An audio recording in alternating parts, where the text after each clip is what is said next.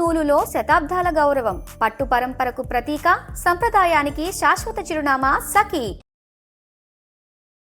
నమస్తే, welcome to Suman TV. నేను పద్మిని. ప్రస్తుతంతో పాటు ప్రముఖ ఆధ్యాత్మికవేత్త, జ్యోతిష రత్న, వాస్తు జ్యోతిష పండితులు డాక్టర్ సూరంపూడి భానుకోటేశ్వరి గారు మనతో పాటు ఉన్నారు. మాట్లాడదాం. మేడం నమస్తే. మేడం జై శ్రీరామ్. శ్రీమాత్రే నమః. శ్రీ గురుభ్యో నమః. ముందుగా మీకు శ్రీ పరాభావన సంవత్సర ఉగాది శుభాకాంక్షలు మేడం. ధన్యవాదాలు పద్మిని. మీకు మరియు సుమన్ టీవీని వీక్షిస్తున్న వీక్షకులందరికీ కూడా పరాభవ నామ సంవత్సర శుభాకాంక్షలు. ఈ ఉగాది మీ జీవితంలో నవవసంతాలని మన జీవితాల్లో నవవసంతాన్ని కురిపించాలని, మన అందరం కూడా ఆనంద డోలికల్లో తేలిపోవాలని చెప్పి, మనకున్న కష్టాలన్నీ కూడా తగ్గిపోవాలని చెప్పి జగన్మాతను మనందరి తరఫున మనస్ఫూర్తిగా ప్రార్థిస్తున్నాను. థ్యాంక్ యూ అండి. Thank you so very much. ఒక్కసారి ఈ ద్వాదశ రాశులకి కూడా మనం ఖచ్చితంగా రాశి ఫలాలు అంటే తెలుసుకోవాలి అని అంటే అది ఉగాదికి మాత్రమే మనకు ఉన్నటువంటి సాంప్రదాయం. కాబట్టి మరి పరాభావన సంవత్సరం పేరేమో పరాభావం కదా, మరి అవమానం కదా, ఒకంత భయంగా ఉంది. మరి అంత భయపడాల్సిన అవసరం ఉందా? ద్వాదశ రాశులకి కూడా ఎటువంటి ఫలితాలను ఇవ్వబోతోంది గోచారం ఒక్కసారి మీ ద్వారా తెలుసుకోవాలనుకుంటున్నాను. తప్పకుండా పద్మిని. పరాభవం అనేది గోచారం మనకి ఇప్పుడు జూలై వరకు కూడా గురు భగవానుడు మిథున రాశిలో ఉంటాడు. జూలైలో మిథున రాశి నుంచి కర్కాటక రాశిలోకి వస్తారు. శనేశ్వరుడు మటుకు మీన రాశిలోనే ఉంటారు, శని మహారాజు. రాహుకేతువుల ట్రాన్సిట్ ఈ డిసెంబర్లో మారుతుంది. 2026 డిసెంబర్లో. వీళ్ళు ఏంటంటే ఊరందరిది ఒక దారి అయితే ఉలిపిట్టది ఒక దారి అన్నట్టు అనమాట. వాళ్ళు ఉండేది రిట్రోగ్రేషన్ లో ఉంటారు కాబట్టి కుంభం నుంచి మకరానికి, అలాగే సింహంలో ఉన్న కేతు భగవానుడు కర్కాటకానికి వెళ్తారు. బట్ ఇదేంటంటే ఒక మేజర్ ఇంపాక్ట్ అనేది డెఫినెట్ గా ఈ సంవత్సరము, అన్ని సంవత్సరాలు వచ్చే మనకి ఉగాది ఫలితాలు ఒక ఎత్తు అయితే, డెఫినెట్ గా ఈ సంవత్సరం ఒక బ్యూటిఫుల్ థింగ్స్ అనేవి అందరి జీవితాల్లో ఉండబోతున్నాయి. అవమానం ఉంటుంది అన్ని రాశుల వాళ్ళకని కాదు, కొన్ని రాశులు అది మనం రాశి వారిగా మాట్లాడుకున్నప్పుడు ఏ రాశి వాళ్ళకు ఉంటుంది అనేది నేను స్పెసిఫిక్ గా చెప్తాను. బట్ ఇదేంటంటే ఈ గురు భగవానుడు కర్కాటక రాశిలోకి రావడం అనేదే అందరి జీవితాన్ని సువర్ణమయం. ఆయన ఏంటంటే మిడాస్ టచ్, ఆయన ఎక్కడ ఉంటే, అందుకే గురుబలం గల వ్యక్తులు కూడా వాళ్ళ ఆరా ఉంటే అదేంటంటే వాళ్ళకి మిడాస్ టచ్ అయిపోతుంది అనమాట. సో అది గురుబలం, కేవలంగా గురుబలమే మిడాస్ టచ్. పట్టిందంతా బంగారం అనేది ఆయన ఇవ్వగలుగుతాడు. సో బంగారానికి కూడా బంగారం అనే లోహానికి అధిపతి కూడా. సో ఆయన కర్కాటక రాశిలో ఉచ్చ స్థానంలో ఉండడం అనేది ద్వాదశ రాశుల వాళ్ళకి, ద్వాదశ లగ్నాల వాళ్ళకి, 27 నక్షత్రాల వాళ్ళకి డెఫినెట్ గా ఒక అల్టిమేట్ టైం ప్రారంభం అవుతుంది. అద్భుతం. మరి ద్వాదశ రాశులకి కూడా పరాభావన సంవత్సరం ఎలా ఉంటుందో ఒక్కసారి మనం మొదలు పెడదాం. శ్రీ పరాభావన సంవత్సరం కన్యా రాశి వారికి ఎలా ఉండబోతుందండి? కన్యా రాశి, కన్యా లగ్నంలో పుట్టిన వాళ్ళకి జూలై నుంచి ఒక ఎత్తు, తర్వాత డిసెంబర్ నుంచి ఇంకొక ఎత్తు. Super period. అవునా? ఫైనాన్షియల్ కాకపోతే గురు భగవానుడు లాభస్థానంలోకి రావడము మంచిది. అందులో ఉచ్చ స్థానంలో ఉండడం మంచిది, జీవాన్ని ఇస్తున్నాడు లాభానికి. కాకపోతే ఇక్కడ ఏంటంటే ఆయన లోహమూర్తిగా ఎంటర్ అవుతున్నాడు. మూర్తి నిర్ణయాలు అని ఉంటాయి. ఈ మూర్తి నిర్ణయాల్లో లోహమూర్తిగా ఎంటర్ అవడం వల్ల, లోహమూర్తి అంటే ధన నాశనం చేస్తాడు. కాకపోతే ఆయన ఉన్నది లాభస్థానంలో కాబట్టి ఆ ధన నాశనం ఉన్న పాయింట్ ని నెగెట్ చేయాలి. ఓకే, క్యాన్సిల్ చేయాలి. క్యాన్సిల్ చేయాలంటే మరి దానికి ఒక కాస్ట్ ఉంటుంది కదా. ఇలాగ వెంటనే ఆయన అలాగ మాఫీ చేయలేడు. కర్మకారకుడు అనే శనీశ్వరుడు కూడా ఉంటారు. మిగతా ప్లానెట్స్ ఇంటరప్ట్ చేస్తాయి కదా, ఎలా నువ్వు మాఫీ చేస్తావు వీటిని, రుణమాఫీలు కాదు కదా. సో ఎలా మాఫీ చేస్తావు అన్నప్పుడు వీళ్ళకి ఒక అవమానం ఎదురవుతుంది. జూన్ లో కావచ్చు, జూలైలో కావచ్చు, గ్రేట్ ఇన్సల్ట్ అయితే ఉంటుంది. కానీ ఆ ఇన్సల్ట్ నుంచి బయటపడి, ఆ ఇన్సల్ట్ జరిగిందంటే వీళ్ళు లెక్క వేసుకోవాల్సింది ఏంటంటే ధనయోగానికి వీళ్ళు ఎలిజిబుల్ అని చెప్పి లెక్కేసుకోవాలి. సింపుల్ గా చెప్పాలంటే ఇన్సల్ట్ నుంచి మంచి అంటే అదేదో నీచభంగరాజ యోగం లాగా మారుతుంది అని అనుకోవచ్చా? అంతే. ఓకే, మీ నాలెడ్జ్కి నీచం అయితేనే కదా అది భంగమై రాజయోగం. అందుకే మీతో చేయడానికి నాకు ఇంట్రెస్టింగ్. మీ ఉన్న సరస్వతికి. Right madam. నీచభంగ రాజయోగం లాగానే. కాకపోతే ఇప్పుడు అంటే మీకు అర్థం కావడానికి అయితే అదే టర్మినాలజీ. ఇప్పుడైతే నీచభంగ రాజయోగం కాదు, బట్ అలానే మనకి క్యాలిక్యులేట్ చేయాలి. ఇప్పుడు మీకు ఇదొకటి ఒక చిన్న ఎగ్జాంపుల్ చెప్తాను పద్మిని. మనకి అంటే ఈ ఒక 2 డెకేడ్స్ బ్యాక్ అనుకుంటా, 20 ఇయర్స్ బ్యాక్ అనుకుంటా. ఈ బిగ్ బాస్ షోలు ఇలా ఉంటాయి కదా, అవునండి ఇలా ఫస్ట్ స్టార్ట్ అయింది ఫారెన్ లోనే కదా. అవునండి ఇది తెలిసే బిగ్ ఉంటుంది, బ్రదర్ ఆ ఆ, షో పేరు. బిగ్ అవును బ్రదర్. అవును అందులో శిల్పా శెట్టి గారు అవును ఒక రోజు బాగా ఏడ్చారు. మ్మ్. ఎంత హ్యూమిలేషన్ ఫేస్ చేశారు మ్మ్. తోటి హౌస్ మేట్స్ తోటి, మ్మ్. బాగా బీభత్సంగా ఏడ్చారు. మ్మ్.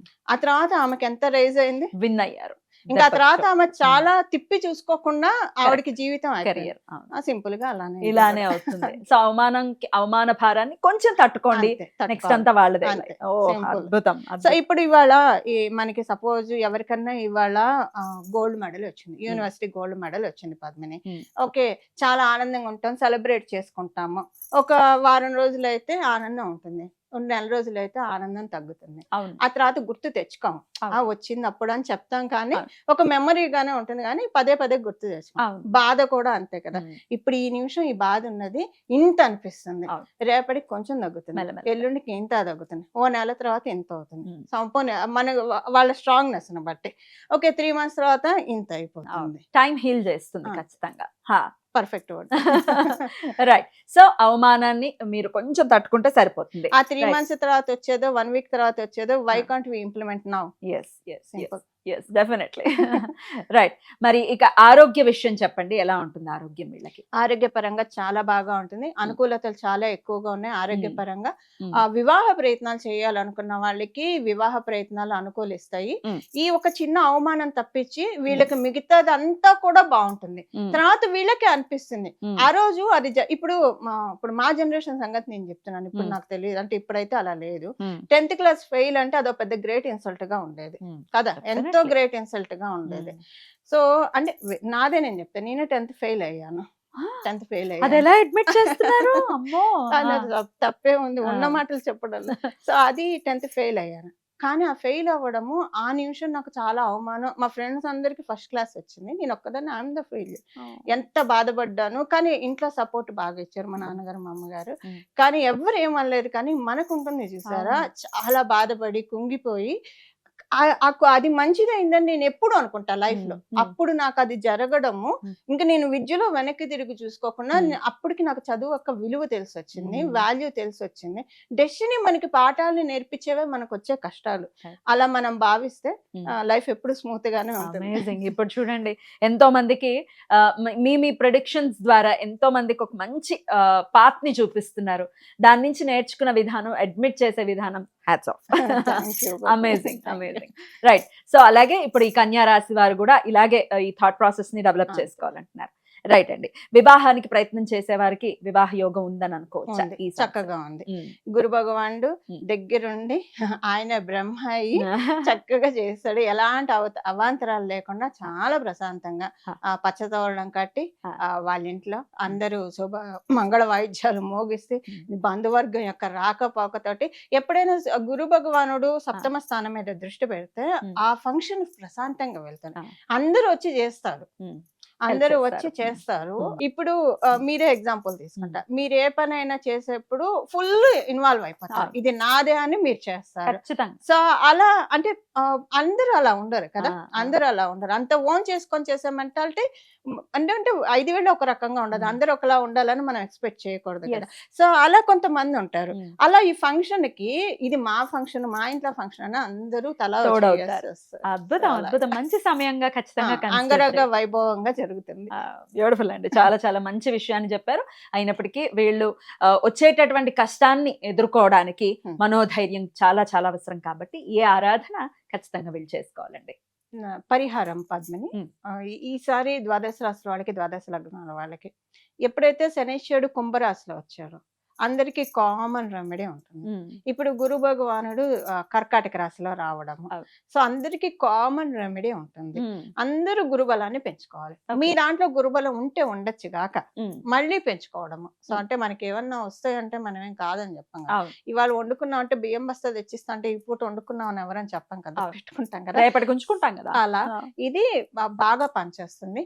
గురుమూర్తుల్ని ఆరాధించాలి. గురు రాఘవేంద్ర స్వామిని ఆరాధిస్తారా, మేధా దక్షిణ దక్షిణామూర్తి స్వామిని ఆరాధిస్తారా, దత్తాత్రేయుని ఆరాధిస్తారా, సాయిబాబాని ఆరాధిస్తారా, ఎవరైనా సరే గురువులు మీరెవరినైతే, లేదా కృష్ణం వందే జగద్గురు అంట, కృష్ణ పరమాత్మని మించిన గురువులు.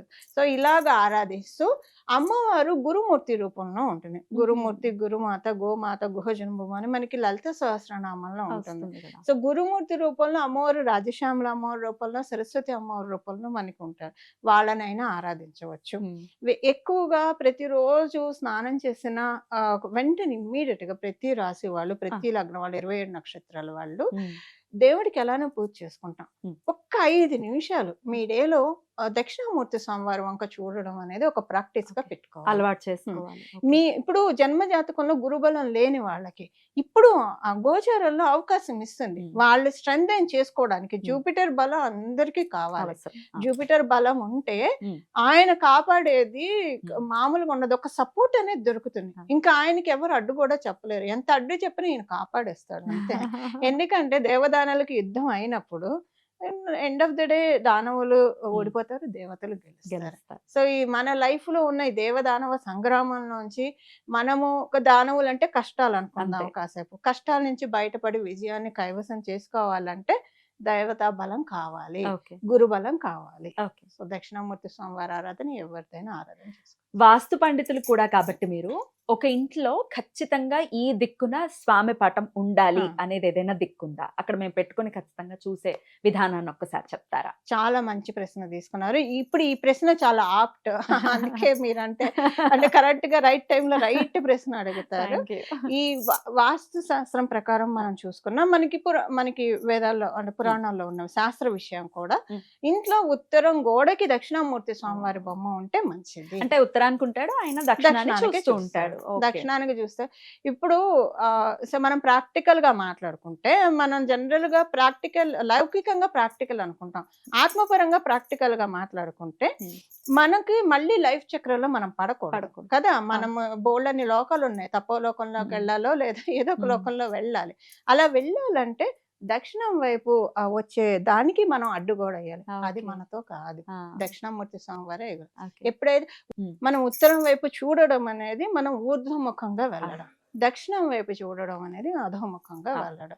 సో ఈ అధోముఖం నుంచి మనల్ని తప్పించి ఊర్ధ్వముఖంలో మనల్ని అప్లిఫ్ట్ చేసేది కేవలంగా ఒక గురు భగవానుడే కదా. దీనికి కేతు బలం కూడా తోడు కావాలి.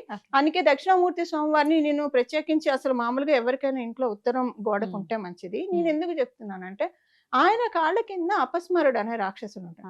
ఆయనే మన రాహుకేతువుగా భావించి దీన్ని తొక్కేసి, అంటే నాకు మళ్ళీ లైఫ్ సైకిల్లో, వాళ్ళకి ఎక్కువగా లైఫ్ సైకిల్లోకి తెచ్చేది, ఆ లైఫ్ సైకిల్లోకి రాకుండా నన్ను కాపాడు, ఈ జీవుని కాపాడు. ఎప్పుడైతే మనం జీవుడు అని అనుకుంటూ ఉంటామో ఇలానే ఉండిపోతాం. కాదు, ఈ జీవాత్మ పరమాత్మే జీవాత్మ. అందుకే మనకు ఉపనిషత్తుల్లో చెప్తారు కదా, శ్వేతకేతు తత్వమసి అనే ఒక కథ ఉంది, అది చెప్తారు. సో అంటే తత్వమసి తత్వం మనం తెలుసుకోవాలి, అది మనకిచ్చేది కేవలంగా దక్షిణామూర్తి స్వామి వారు. అద్భుతం. లేదా ఏ గురు రూపమైనా పెట్టుకోవచ్చు.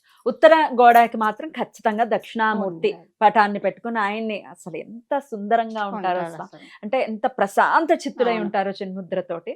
ఖచ్చితంగా అలా మనం పెట్టుకుంటే మన ఇంటికి ఎవరైనా వచ్చినా పద్మిని, మీ ఇంటికి వస్తే దేవాలయానికి వచ్చినట్టు ఖచ్చితంగా చెప్పే తీరుతారు పద్మిని, అందులో డౌటే లేదు. అద్భుతం. హాయిగా ఉంది, మీ ఇంటికి వస్తే ఒక దేవాలయం లాగా ఉంది, ప్రశాంతంగా ఉంది, అంటే మన చోటి ఉండాలి అని అనుకుంటారు. ఇది ఏంటంటే స్వామివారి గొప్పతనం. మనం ఆయన వంక చూసినా చూడకపోయినా ఆయన రేస్ మనకి పడుతూ ఉంటాయి, చూసారు. అది మనకి అసలు అలా చూసుకుంటే, ఆత్మతత్వంగా చూసుకుంటే, మన మనసులో మొత్తం ఇక్కడంతా కూడా నా చుట్టూ దక్షిణామూర్తి స్వామివారు ఉన్నారని మనం భావించుకుంటే మన ఒక బ్యూటిఫుల్ ఆరాలు ఉన్నట్లు. ఖచ్చితంగా చాలా అద్భుతంగా మాకు తెలియజేశారు.